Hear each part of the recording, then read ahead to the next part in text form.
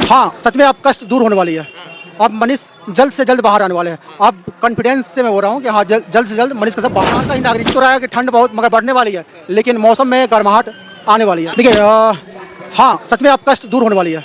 अब मनीष जल्द से जल्द बाहर आने वाले हैं। अब कॉन्फिडेंस से मैं बोल रहा हूँ कि हाँ, जल्द से जल्द मनीष कश्यप बाहर आने वाले हैं। अब पत्रकारिता करें या नेता बने, एक सच्चा इंसान बने रहे और पत्रकारिता से नेता तो अटल बिहारी वाजपेयी भी बने। अंधेरा छटने वाला है, सूरज निकलने वाला है और इस सर्दी में अब गर्मी बढ़ने वाली है, क्योंकि सन ऑफ बिहार कहे जाने वाले मनीष कश्यप अब बहुत जल्द जेल से बाहर आने वाले हैं। वहीं मुख्यमंत्री भी बन सकते हैं। और आखिर ये सारी बातें कैसे निकल के सामने आई है, हम इस 5 से 8 मिनट की रिपोर्ट में आपको बताने वाले हैं कि मनीष कश्यप कब तक बाहर आएंगे, आखिर बीजेपी का मनीष कश्यप के लिए क्या प्लानिंग है और मनीष कश्यप कब तक बाहर आ पाएंगे और बाहर निकलने के बाद वो पत्रकारिता करेंगे या राजनीति करेंगे, आखिर पूरा मामला क्या है, पूरा मामला इस 5 से 8 मिनट की रिपोर्ट में आपको हम बताएंगे।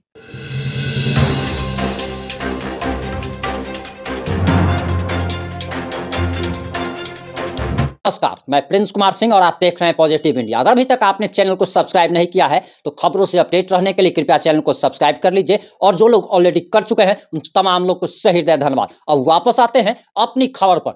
तख्त बदल देंगे, ताज बदल देंगे, तख्त बदल देंगे, ताज बदल देंगे, इन तानाशाहियों का और सामंतवादियों का राज बदल देंगे। दरअसल अब गर्मी बढ़ने वाली है। इस सर्दी में, भयानक सर्दी में अब रजाई से बाहर निकल जाइए, कुर्सी की पेटी बांध लीजिए, क्योंकि सन ऑफ बिहार मनीष कश्यप अब बेउर जेल से रिहा होने जा रहे हैं। और रिहा होने के साथ ही मनीष कश्यप एक बहुत बड़ा चेहरा बनकर के उभरेंगे, और हो सकता है कि मनीष कश्यप को बिहार विधानसभा चुनाव के 2025 में भाजपा मुख्यमंत्री के तौर पर प्रोजेक्ट कर सकती है। आखिर आपको बताते चले कि जिस बिहार के राजधानी पटना के बड़ी पटन देवी मंदिर से मनीष कश्यप ने सच तक न्यूज की शुरुआत की थी, उसी पटन देवी मंदिर में मनीष कश्यप के भाई करण कश्यप पहुंचे थे और उन्होंने पत्रकारों के सवालों का जवाब देते हुए साफ साफ शब्दों में और फुल कॉन्फिडेंस के साथ कहा कि मनीष कश्यप अब बहुत जल्द बाहर निकलने वाले हैं।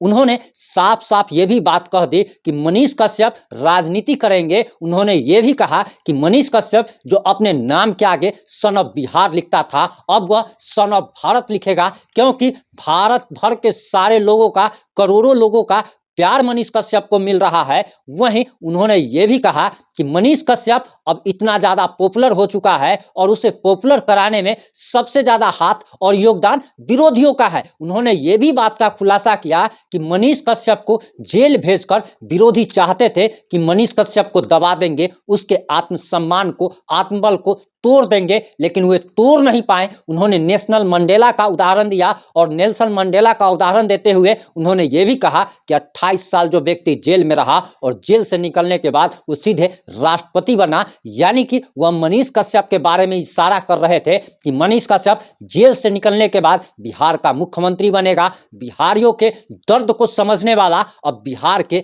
गद्दी पर बैठेगा। और उन्होंने ये भी कहा कि बिहार के लोग जब बाहर अपने राज्य से दूर दूसरे राज्यों में मजदूरी करने जाते हैं तो उनके साथ कितना शोषण किया जाता है, उन्हें कितना प्रताड़ित किया जाता है। मनीष कश्यप जब इस राज्य की बागडोर संभालेगा तब वह बिहारियों का दर्द समझेगा, बिहारियों को दूसरे राज्यों में मजदूरी करने नहीं जाना पड़ेगा। वहीं पॉजिटिव इंडिया की तरफ से भी हम आपको एक जानकारी देने वाले हैं, आप लोगों से एक निवेदन करने वाले हैं, इसलिए कृपया इस वीडियो को अंत तक देखिएगा। वहीं करण कश्यप ने हालांकि मनीष कश्यप के रिहाई की डेट तो नहीं बताई, लेकिन जो करण कश्यप बोलने से बचते थे वो आखिर जब फुल कॉन्फिडेंस के साथ कह रहे हो कि हमारा भाई अब जल्द आ रहा है, तो उस बात से समझने की जरूरत है कि आखिर ये सूचना कितना पुख्ता है और कितना सटीक है। अब आपको बताते चले कि बिहार में जातीय, मतलब आप कह सकते हैं कि वोट जो मिलता है, वोट जो पड़ता है इलेक्शन में, वो जाति के आधार पर पड़ता है।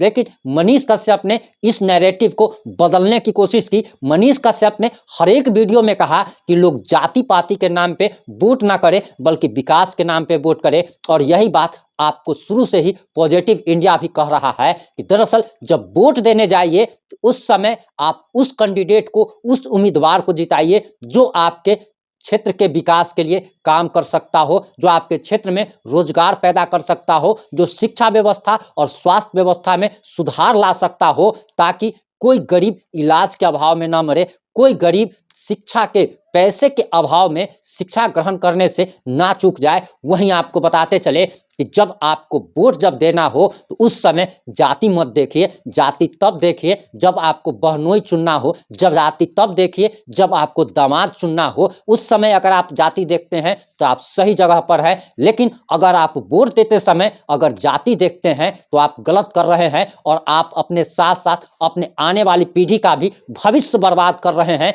क्योंकि नेताओं की पोल खोलना भी जरूरी है और नेताओं का असली चेहरा यही है कि चाहे कोई भी जाति का नेता जो भी है या जाति की राजनीति जो भी व्यक्ति कर रहा है, चाहे वो कोई भी व्यक्ति हो, चाहे वो रामविलास पासवान हो, चाहे वो लालू प्रसाद यादव हो या फिर शिबू सोरेन हो, चाहे वो स्टालिन हो या फिर शरद पवार हो, इन लोगों का आप देख लीजिए, हिस्ट्री उठा करके देख लीजिए कि इन लोगों का पहले बाप मुख्यमंत्री बनेगा, फिर बेटा मुख्यमंत्री बनेगा, फिर पोता मुख्यमंत्री बनेगा।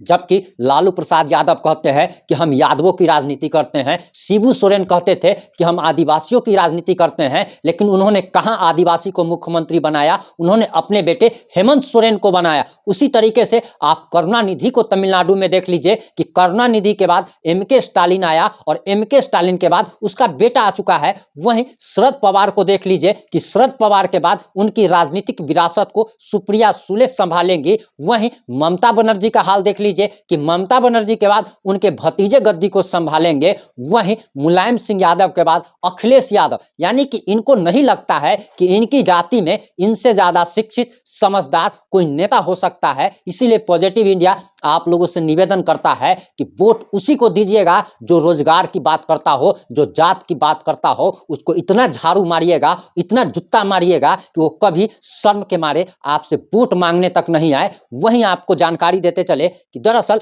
मनीष कश्यप के भाई करण कश्यप ने यह भी कह दिया कि अब बीजेपी मनीष कश्यप को मुख्यमंत्री की गद्दी पर प्रोजेक्ट कर सकती है। और आपको जानकारी देते चले कि करण कश्यप की ये बातें सही प्रतीत इसलिए हो रही है क्योंकि जिस प्रकार से मध्य प्रदेश में मोहन यादव को आगे बढ़ाया गया, जो कि एक आम कार्यकर्ता था, जिस तरीके से राजस्थान में भजन लाल शर्मा को आगे बढ़ाया गया, जिस तरीके से छत्तीसगढ़ में एक आम कार्यकर्ता को आगे बढ़ाया गया, उस तरीके से साफ साफ लग रहा है कि बीजेपी अगर लोगों का मूड समझ रही है, लोगों का मूड भाप रही है, तो उसे मनीष कश्यप को मुख्यमंत्री के रूप में प्रोजेक्ट करना ही होगा।